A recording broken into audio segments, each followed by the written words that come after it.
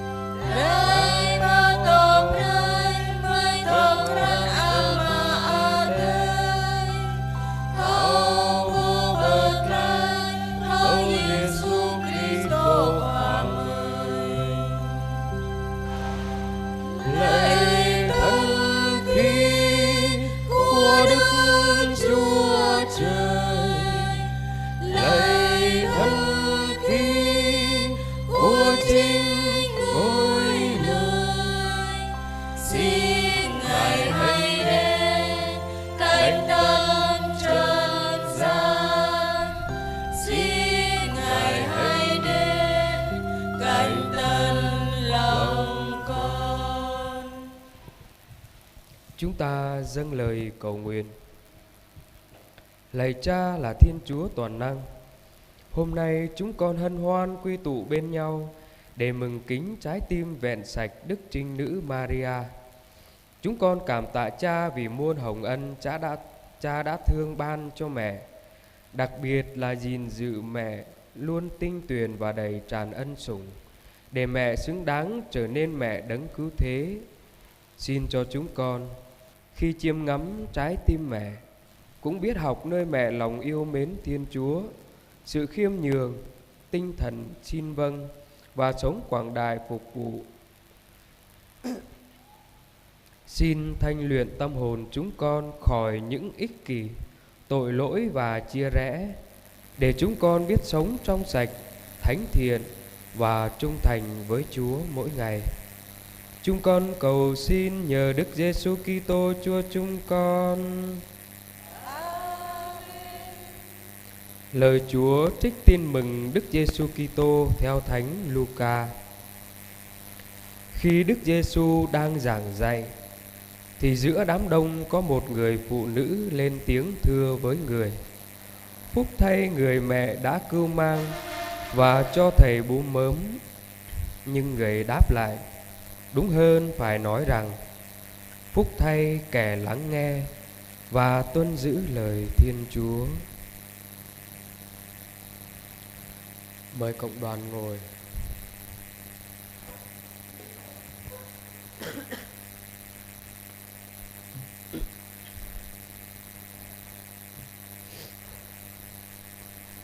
Kính thưa cộng đoàn, theo chương trình yêu thương của Thiên Chúa, Đức Maria đã được tuyển chọn để trở nên mẹ đấng cứu thế. Chính vì thế, ngay từ đầu, Thiên Chúa đã gìn giữ mẹ khỏi mọi vết nhơ tội lỗi và ban cho mẹ một trái tim hoàn toàn tinh tuyền, đầy tràn ân sủng. Trái tim vẹn sạch của mẹ là dấu chỉ tình yêu và lòng thương xót của Thiên Chúa dành cho nhân loại, để qua mẹ, con một Thiên Chúa đến trần gian đem ơn cứu độ cho con người. Khi chiêm ngắm trái tim vẹn sạch của Đức Maria, chúng ta nhận nơi mẹ một trái tim luôn thuộc trọn về Thiên Chúa. Suốt cuộc đời của mình, mẹ đã sống trong niềm tin tưởng, yêu mến và phó thác hoàn toàn nơi Thiên Chúa. Từ tiếng xin vâng trong ngày truyền tin cho đến những năm tháng âm thầm tại Nazareth, rồi dưới chân thập giá, trong giờ phút đau thương nhất của con mình, trái tim mẹ vẫn luôn trung thành, khiêm nhường và đầy yêu mến. Dẫu phải trải qua nhiều thử thách và đau khổ, mẹ vẫn không một lần khép lòng trước thánh ý của Thiên Chúa. Thiên sứ Gabriel đã gọi mẹ là đấng đầy ân sủng, bởi vì cuộc đời của mẹ được bao bọc bởi muôn vàn ân huệ của Thiên Chúa. Nhưng điều cao đẹp nơi mẹ không chỉ là được lãnh nhận ân sủng, mà còn là biết đáp lại ân sủng ấy bằng cả cuộc đời yêu thương và phục vụ.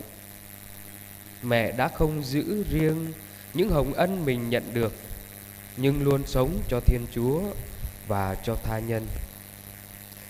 Chính vì thuộc trọn về Thiên Chúa nên trái tim mẹ luôn trong sạch, bình an và đầy tràn tình yêu. Kính thưa cộng đoàn, khi nhìn lại đời sống của mình, nhiều lúc chúng ta thấy trái tim mình còn đầy những ích kỷ, còn đó những giận hờn, ghen ghét và cả những vướng vân của tội lỗi. Chúng ta dễ để cho những lo toan, những đam mê và cả những cám dỗ làm cho tâm hồn chúng ta xa Chúa và nguội lạnh tình yêu đối với anh chị em của mình. Vì thế, trong giờ hành hương hôm nay, khi chiêm ngắm trái tim vẹn sạch của Đức Trinh Nữ Maria, chúng ta được mời gọi thanh tẩy tâm hồn của mình, biết quay trở về với Thiên Chúa, và nhất là tập sống đơn sơ, khiêm nhường và biết yêu thương như mẹ. Lạy mẹ Maria, chúng con xin kính mừng và cảm tạ Thiên Chúa vì hồng ân cao cả Người đã ban cho mẹ. Xin mẹ giúp chúng con biết noi gương mẹ, sống tin tưởng, yêu mến và trung thành với Chúa trong mọi hoàn cảnh. Xin thanh luyện trái tim chúng con khỏi những ích kỷ và tội lỗi, để tâm hồn chúng con cũng trở nên trong sạch và xứng đáng thuộc về Thiên Chúa. Xin mẹ luôn đồng hành, dìu dắt và nâng đỡ chúng con trên hành trình đức tin.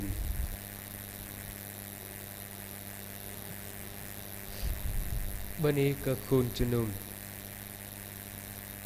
tôi hơi trả pra qua giang ở đây càng khắp pra mạ lai ami Maria trình ami cơ bồ vật lai doa anun dơ mừng phun khoa giang ở đây vài lần lai ami Maria lai mừng job tít brit lời so sát hăng prơi cơ ami Maria sa hơi tai pran hơi chi nờ noa bạ lai cơ bừng ai hơi tai pran hơi chi nơ noa mị Maria chinh kru bơ bú pran choa khoa giang ở đây khắp bắp núi nam keng cơ nang bơi mị Maria ana khoa giang ở đây nông sa chô trun rai bơi lon tena pa rai bưng ai bật rai cơ núi nam lơm lăng bờ nhen tai pran hơi chi nơ noa mị Maria Bình ta kran bê ami Maria sa tay pran bekom abiti ke khoa giang ate amang abit tele hetip ami Maria hetip amang pran choa a in keng khắp hàng chào abiti ke khoa giang ate mừng hẹp đọc ngọc cọ amang rơi giang hem bờ thầu rúp bơ tum rơi tụ hơi gom bơi Nazareth lấy anun lơm tội trẻ bơi kêu berka amang mong anak tu anh cơ tenap lo tai pran ami Maria tu hein betun bo hàng kèng khắp bạn lại Tôi cơ gần gao lưu lời lông hàng bờ ngọt rạ. Ami Maria bù mâu xà vót cự pran choa cơ tờ lời khoa giang a đầy kèm. Mani cơ khun chunung. Lâm lăng lại tờ lời hơi tiếp tà bồ. Lù vót bình ta bút tay bút ta. Bạc lai cơ kli hơ ết. Hi rót pla amoanh hàng so sát lưu lìn. Bình ta minh prơi cơ tum tờ lời bờ ngót bờ ngành. Hụp hàm lư pran cho ta tổ a tai mâng khoa a đề. Rồi ót tờ tu bù càng khắp ô.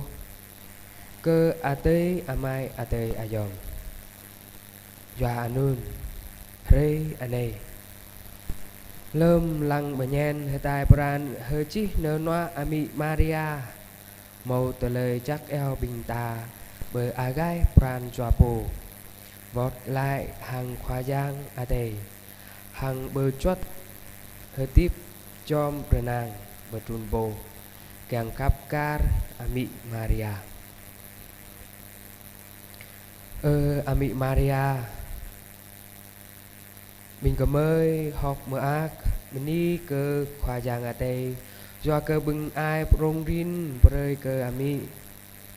Mình cảm ơi rồi câu ý. Hùm chú bơi cơ mình cảm ơi. Thầu tùi cru ý ở tiếp á hơ in. Càng khắp hàng tổ cơ chấp hàng khoa à đây măng chóp mơ ta. Rồi câu bờ chi rơi ở tai bố bình cảm ơi. Mừng chóp tờ lời cơ lý hơ ết hàng so sát. Càng cơ pran choa bình cảm ơi trình à gai. Hàng gốp gan cơ khoa giang à tê. Rồi câu ami trong ba bình cảm ơi nà nào. Hít gai hàng gùm chú rơi cơ bình cảm ơi. Bởi trở lan đạo cứt. Amen.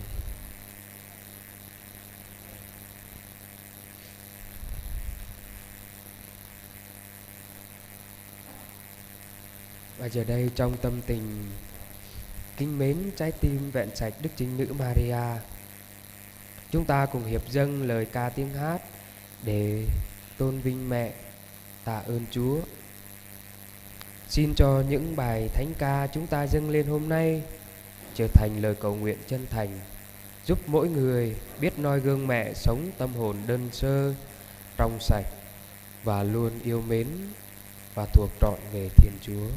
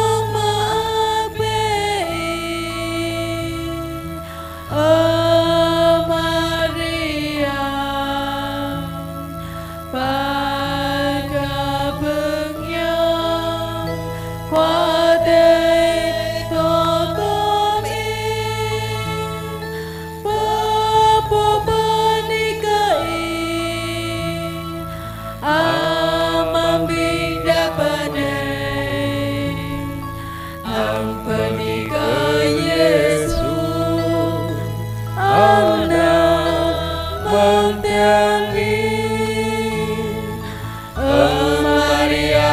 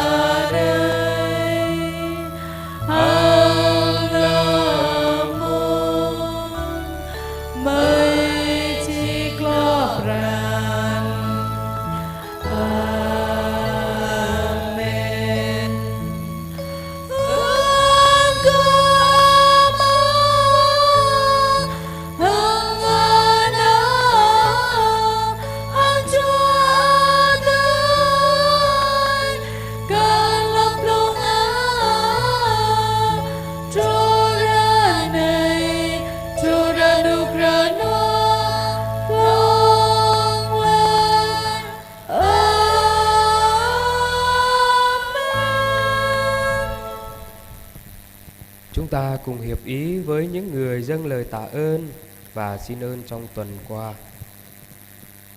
Có 2 người tạ ơn vì thêm lòng kính mến Chúa và Đức Mẹ. 2 người tạ ơn vì biết vâng theo thánh ý Chúa. 3 người tạ ơn vì được chữa bỏ tội lỗi và tính hư nết xấu. 2 người tạ ơn vì được ăn năn trở về cùng Chúa. 9 người tạ ơn vì đi đường được bình an. 5 người tạ ơn vì có công ăn việc làm. 3 người tạ ơn vì gia đình được bình an. 2 người tạ ơn vì được ơn như ý.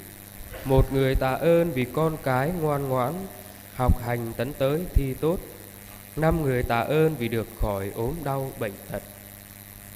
1 người tạ ơn vì được bình an trong tâm hồn và cuộc sống. 1 người tạ ơn vì được sinh nở bình an. 1 người tạ ơn vì đã có con cái. Kiêm cùng mẹ Thiên Chúa, chúng con xin tạ ơn Cha. Chúng con xin tạ ơn Cha. Màu cho ban chô bần bưng màu pran đạo cứt cơ năng càng khắp cờ khóa giang lâu chô bần bưng thầu cầm an đoại lại hằng khóa giang ma chô bần bưng thầu gran hằng lọa gụ tôi pran khóa giang nam chô bần bưng tổ cơ chấp amang pran khắp khóa giang bạ chô bần bưng thầu bà bần nhai thầu bà hem bà dông gió prạ khóa giang chào prơi ma chô bần bưng rờ núc rờ noa amang pran choa hằng amang tờ lời hơi tiếp toa chô bần bưng màu prạ ngạ sa chô bần bưng tuổi màu tờ lời tru hằng vùng bờ min amang tờ lời tờ nóc tờ nồng ma chô bần bưng sang ngano thầu hơi tiếp rờ nôm thầu bờ khắp ròm sa chô bần bưng bạ nạ hằng tờ keng lạ hèm lâu chô bần bưng ana bạ thâu lọa gụ trang ram rạ prê đơ gây tùy đi amang tờ lời bập lô tòa chô bần bưng góp choai nào bờ à tay tùy lại bờ sàng lâu chô bần bưng rờ núc rờ noa amang dọc chê lan nào bờ lào rờ bát lâu chô bần bưng màu bưng ai bờ choai trời chan hằng bràn choa rờ ma chô bần bưng chai hem lạ sa chô bần bưng bờ côm bờ chơ tờ lời hơi tiếp bồ cờ khóa giang lâu chô bần bưng tôi mâu tôi pran choa keng nam chô bần bưng eo lại prơi cơ bình ơi dạ hằng góp choai rồi gào lấy lòn tờ na hiệp cùng mẹ Thiên Chúa chúng con xin tạ ơn Cha. Chúng con xin tạ ơn Cha. Toa chô rồi cầu bưng màu pran đảo cứt cơ năng càng khắp cờ khóa giang sa chô rồi cầu bưng thầu kran hằng lọa gụ túi pran khóa giang sa chô rồi cầu bưng rờ núc rờ noa amang pran choa hằng amang tờ lời hơi tiếp bạ chô rồi cầu bưng màu prạ ngạ sa chô rồi cầu bưng màu ana sa chô rồi cầu bưng bạ nạ hằng tờ keng lạ hèm sa chô rồi cầu bưng ana bạ thâu lọa gụ trang ram rạ prê đơ gây tùy đi amang tờ lời bập lồn sa chô rồi cầu bưng rờ núc rờ noa amang dọc chê lan nào lào rờ bát sa chô rồi cầu bưng màu bưng ai bơ xoáy trời chan hằng pran choa sa chô rồi cầu bưng bờ côm bờ chơ tờ lời hơi tiếp bồ cơ khóa giang nhờ lời Đức Mẹ chuyên cầu xin Chúa nhầm lời chúng con. Xin Chúa nhận lời chúng con. 10 người xin thêm lòng kính mến Chúa và Đức Mẹ. 10 người xin biết vâng theo thánh ý Chúa. 2 người xin dâng mình cho Chúa trong đời sống tu. 8 người xin ơn chữa bỏ tội lỗi và tính hư nết xấu. 9 người xin ăn năn trở về cùng Chúa. 9 người xin ơn bền đỗ đến cùng. 10 người xin đi đường được bình an. 8 người xin có công ăn việc làm. 8 người xin mau trả hết nợ. 3 người xin đòi được nợ. 10 người xin cho gia đình sum họp, hòa thuận yêu thương nhau. 10 người xin cho gia đình được bình an. 4 người xin ơn như ý. 10 người xin cho con cái ngoan ngoãn, học hành tấn tới thi tốt. 11 người xin khỏi ốm đau bệnh tật. 4 người xin ơn chết lành. 6 người xin cầu cho các linh hồn. 6 người xin ơn thánh hóa bản thân, cải thiện đời sống. 7 người xin ơn cứu giúp trong cơn gian nan khốn khó. 6 người xin ơn bình an trong tâm hồn và cuộc sống. 3 người xin sinh nở được bình an. Và 2 người xin có con cái. Nhờ lời Đức Mẹ chuyên cầu, xin Chúa nhậm lời chúng con. Xin Chúa nhận lời chúng con. Giờ đây chúng ta cùng dâng lên trái tim vẹn sạch Đức Trinh Nữ Maria những đóa hoa tươi thắm. Xin mẹ đón nhận những đóa hoa đơn sơ này như biểu tượng của những hy sinh, lời kinh và thiện chí sống thánh thiện của mỗi người chúng ta. Xin mẹ uốn nắn tâm hồn chúng ta nên trong sạch, biết tránh xa tội lỗi, sống yêu thương, khiêm nhường và nhất là luôn trung thành với Chúa trong mọi hoàn cảnh của đời sống.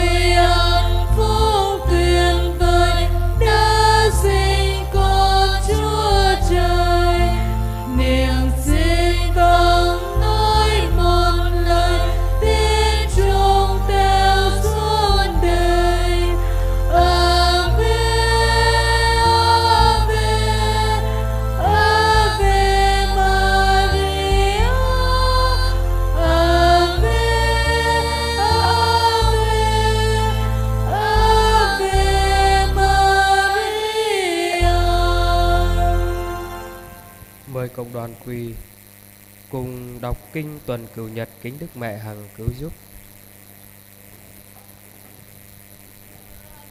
Nang kum juru rupa mata yang klai ngã pre cơ pran cha bi cơ mây lạc ninh bằng ngọt chinh học mà a khang renu krana ý car hang phun mà giang plu ha bẹ bằng ngày nhàm kla bao dọc phương nhàm anun dơ Giêsu khoa anai tangan i po chao nhu pre cơ bin cơ mây anun pran cha bin cơ mây bạ ple pran khắp cơ nhu lo từng Patu rada bay thay y pa bu talai anay y dơ chiên patu xin mơ qua pa thò re cơ bin cơ mây thò re pat lai re pa plai talai ma ak long lar y dơ patu xin klam yarasi pacarang kecap kit ke jalan amang kathel kanam mot ami kyang khap y nga pre cơ pra ka trao bin cơ mây chiên yul haje hàng ngạ pre ách Giêsu khoa chiên tu bia ma che pamin cơ ami pran cha ko che ma ak yêu anan ma yang đột lại pran cha ko klak hwal ka thol chiên renuk renua matam rồi có y pre cơ ko yêu anan y na nao tuổi anay ami kyang khap ko khap cơ y bia ma cơ nang cơ y hàng mút rom tom y Hanun prancha ko khap ke anai lo từng ami i ye ani kemai kenang hain reko i pap caka tu nyap bing kemai kebu kebon Maria cha chi cha ya yong i ma caka tu le ananami anong kum juru kyang ke patut pasu prancha bing kemai kenang hain ke i Hanun kebu reko i kapap kum juru ko nanau amang jap anito ano nau lam yang sat pleu plai lam mo talai so lam pup talai tanap amang talai hatip hang pia ma nyu amang mong chit lo pran ami po tho kapap reko i pre ko tho dai nau per i nanau ko ku Sydney tata ko charang ko dai mo per i Hanun ngạ pre cơ y che mơ nhập co Rồi có y pre cơ co phương dông phan anay ami anong kum juru Rồi có y papu pre nham cơ co Hàng yêu lại kum pre cơ co tụ tạ anay hàng lâm muông chít lo pran Amen ami anong kum juru Rồi có y vay lăng bậc càng bình tổ rong co bậc càng cơ có tiếng phun cơ khul chunum mayang cơ te char ko cơ sang ano ko cơ te amai ate yang ko cơ bing ayat thang api pang bing ko tanam to junut cơ bing pengat chua to amangani pa agai ami Maria nong kum juru reko i yo lai kum pre cơ ko da ai Alfonso po vai lang pakang ko Rồi có y cùng dư có lâm cơ ba lư thọ đoại nào trú bà Mỹ Maria. Giờ hành hương tới đây kết thúc. Con xin cảm ơn cộng đoàn.